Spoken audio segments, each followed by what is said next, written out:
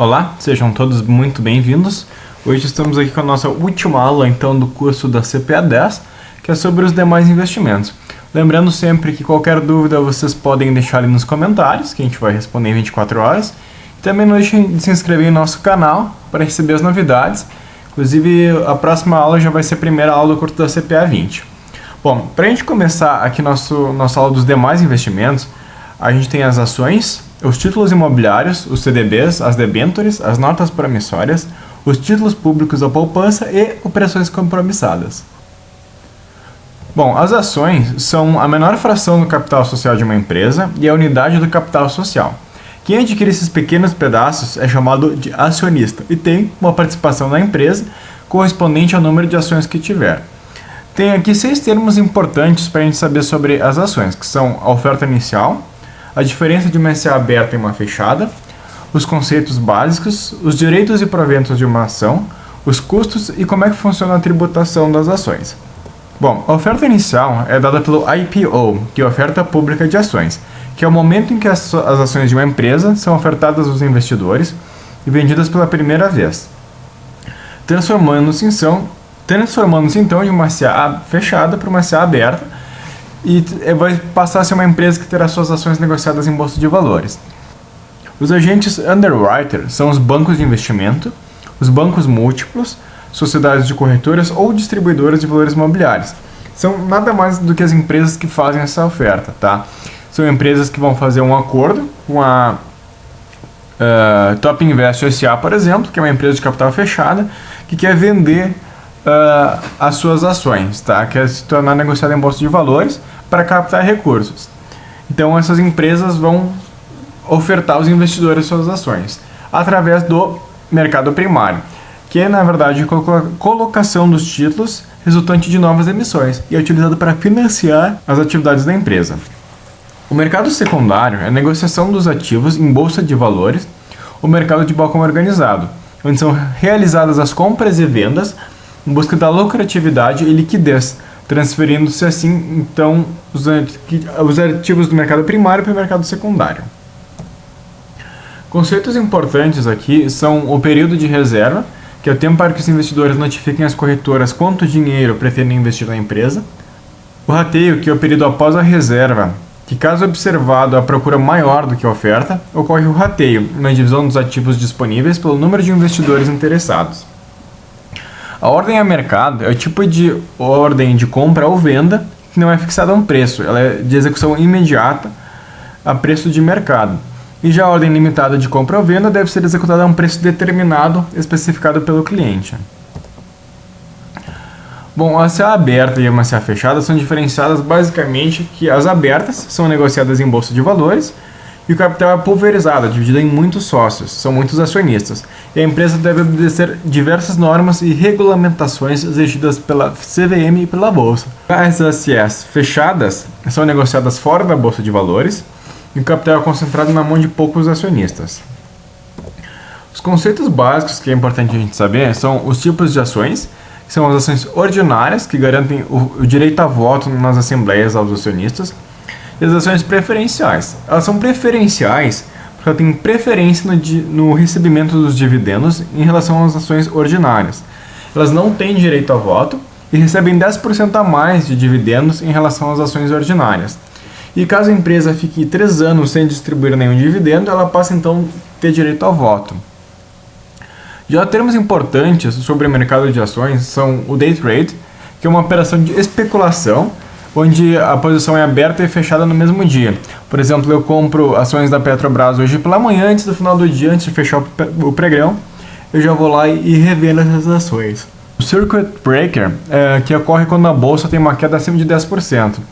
É acionada uma paralisação temporária do pregão por 30 minutos para segurar a queda. As blue chips são as empresas tradicionais de grande porte, são a Petrobras, a Vale, Ambev, Bradesco, Itaú, Banco do Brasil, são as maiores ações e mais negociadas na bolsa, tá? O home broker é a plataforma eletrônica acessada pelo site da corretora ou do banco para negociação da internet. Lembrando que se for banco é através da corretora do banco, que é uma das carteiras do banco múltiplo.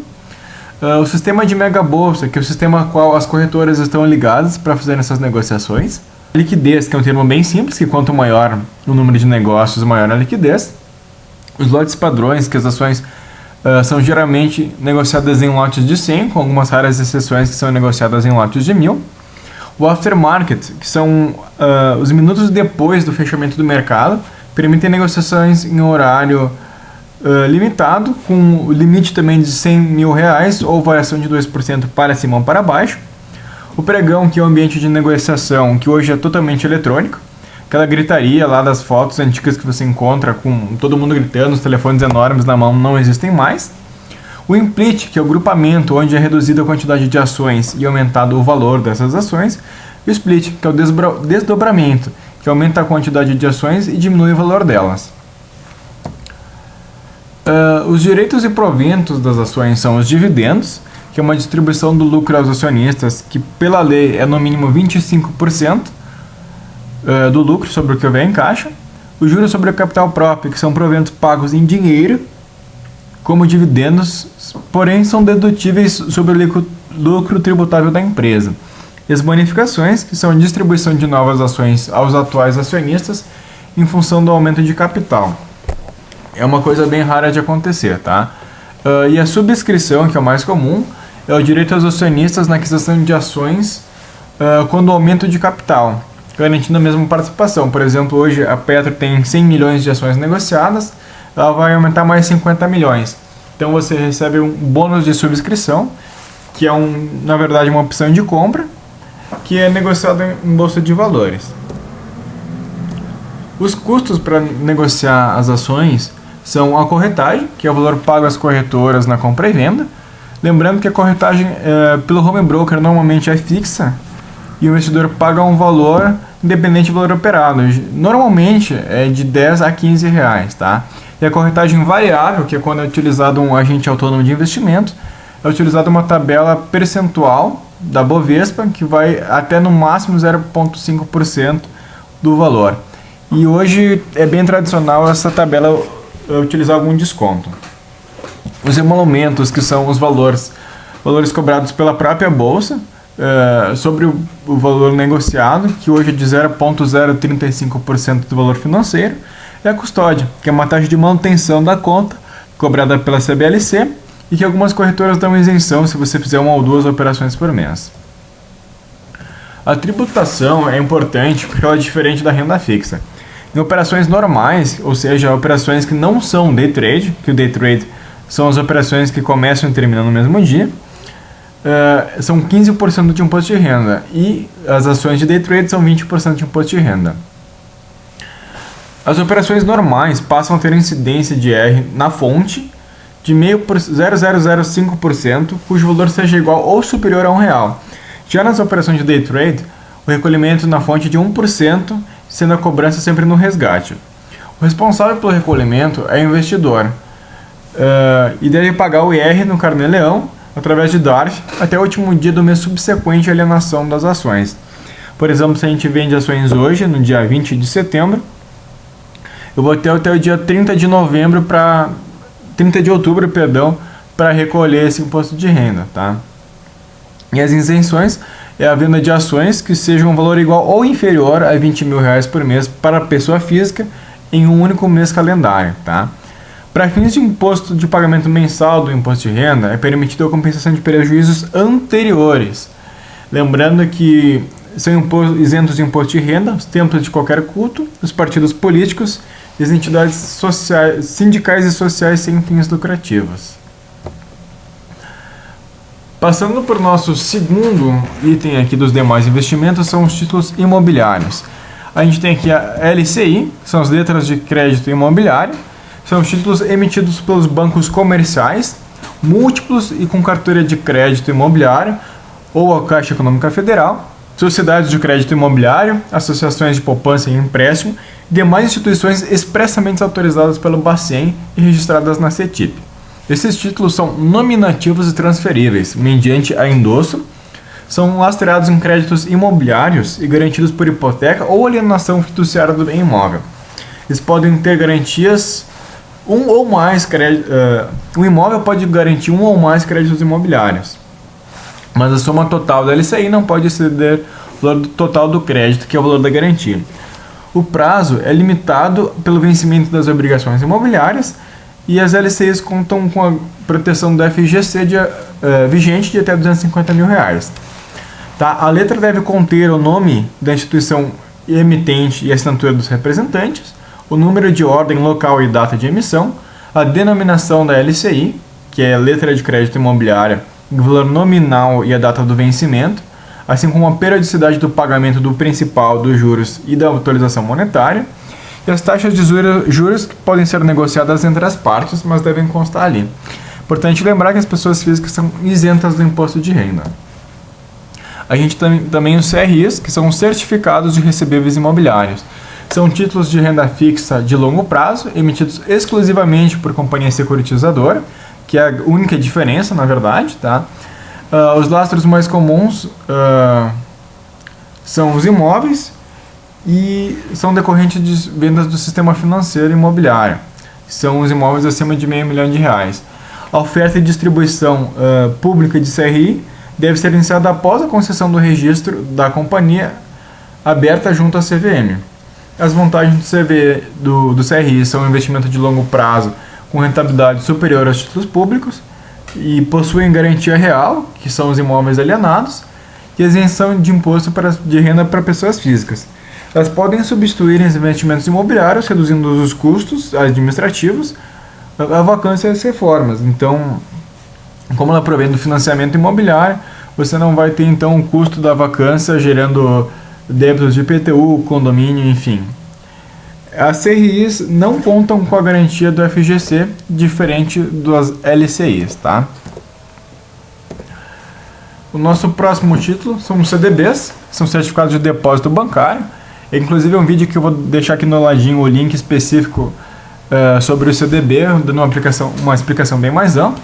O CDB é o título privado para a captação de recursos de investidores, pessoas físicas ou jurídicas, por parte dos bancos, podendo ser emitido por bancos comerciais ou de investimento, ou mesmo banco múltiplo que possui uma dessas carteiras.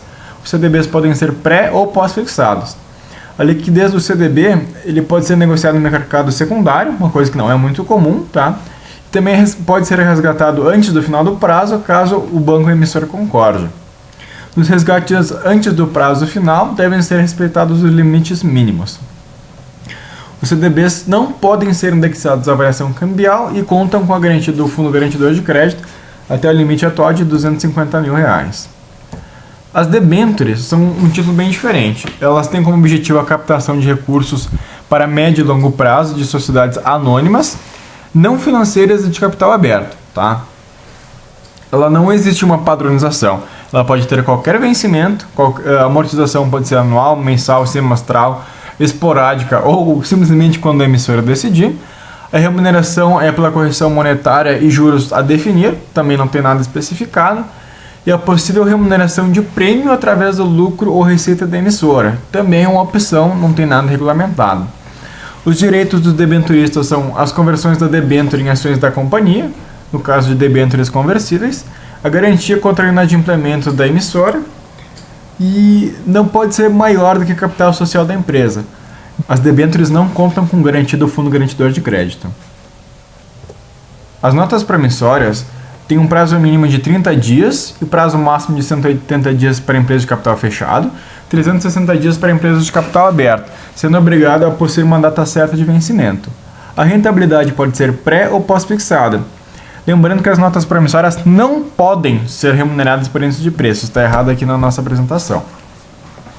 A emissão das notas promissórias podem ser emitidas tanto por SA aberta ou fechada e são vedadas às instituições financeiras, sociedades distribuidoras de valores e sociedade de arrendamento mercantil. Para a venda da nota promissória, é obrigatória a intermediação por instituição financeira como agente colaborador. As notas promissórias não possuem garantia real ou do Fundo Garantidor de Crédito. Já os títulos públicos são o investimento mais seguro no Brasil hoje, tá? Uma vez que a dívida federal é composta em sua maior parte por títulos mobiliários, que diferenciam-se conforme a finalidade da emissão, os títulos públicos federais são uma obrigação cujo rendimento é determinado no momento da compra de título. ou a taxa de juros ou o indexador. Tá? A rentabilidade pode ser pré-fixada, quando o valor dos rendimentos é conhecido no início da operação, ou pós-fixada, quando os juros é conhecido somente no momento do resgate, que são o caso das notas promissórias indexadas aos índices de preços. O pagamento de juros pode ser zero cupom, onde os juros são pagos somente no resgate do título junto ao valor principal, ou com cupom, onde os títulos possuem pagamentos periódicos de juros. E o PU, o preço unitário, é o valor da negociação do título em determinada data. O valor do PU presente dos fluxos futuros de pagamento dos títulos, quando é pré-fixado, é inversamente proporcional à taxa de juros. E quanto maior a taxa de juros, maior será o PU. Quanto maior for o PU, maior a sua rentabilidade. Os títulos públicos são um assunto bem complexo, tá? Também tem o nosso linkzinho aqui para o vídeo completo sobre os títulos públicos. A poupança, que é um dos mais tradicionais, também eu vou deixar aqui embaixo o link para o vídeo específico que trata sobre alteração da remuneração. É a aplicação mais popular e possui total liquidez, porém com perda de rentabilidade se o saque for anterior ao aniversário. Outro detalhe é que é remunerado o menor saldo do período. A rentabilidade antiga, até 2 de maio de 2012, era de 0,5% mais TR, que foi alterada então a 70% da Selic mais TR, sempre que essa estiver abaixo de 8,5% ao ano. As aplicações realizadas no dia 29, 30 e 31 de cada mês terão sempre seu aniversário no dia 1º do mês subsequente. E quando depositado em cheque, a data de aniversário é a data do depósito e não da compensação. A poupança, então, é o mais popular de todos e também possui a garantia do limite do FGC de R$250 mil. O último tipo de operação de investimento diferenciada são as operações compromissadas. São bem difíceis de acontecer e acontecem mais entre instituições financeiras, tá? Uma operação compromissada é aquela que o vendedor assume o compromisso de recomprar os títulos que alienou em uma data futura com remuneração pré-estabelecida. Uma vez que a mesma operação, o comprador assume a obrigação de revender o título ao preço acordado. As operações compromissadas nada mais são que um acordo duplo, o da venda e o da recompra. Essa remuneração pode ser pré ou pós-fixada. Com exceção às ações que a gente já viu a tributação, o imposto de renda para todos esses outros investimentos, os títulos imobiliários, que são isentos às LCIs, então a CRI, o CDB, os debêntures, as notas promissórias, os títulos públicos e as operações compromissadas seguem a tabela padrão regressiva do imposto de renda, que é de 22,5% até 180 dias, 20% até 360 dias, 17,5% até 720 e a partir disso os 15%. O responsável pelo recolhimento sempre é a instituição financeira que realizar os pagamentos, lembrando que as isenções são as poupanças, as LCIs, que são as letras de crédito imobiliário, os certificados imobiliários realizados por pessoa física. Pessoal, eu espero que vocês tenham gostado do nosso curso. Aqui o nosso e-mail para qualquer dúvida mais pessoal, atendimento@topinvest.com.br. Peço a todos que gostaram do vídeo, por favor, cliquem em gostei e não deixem de se inscrever em nosso canal. Muito obrigado e boa prova a todos.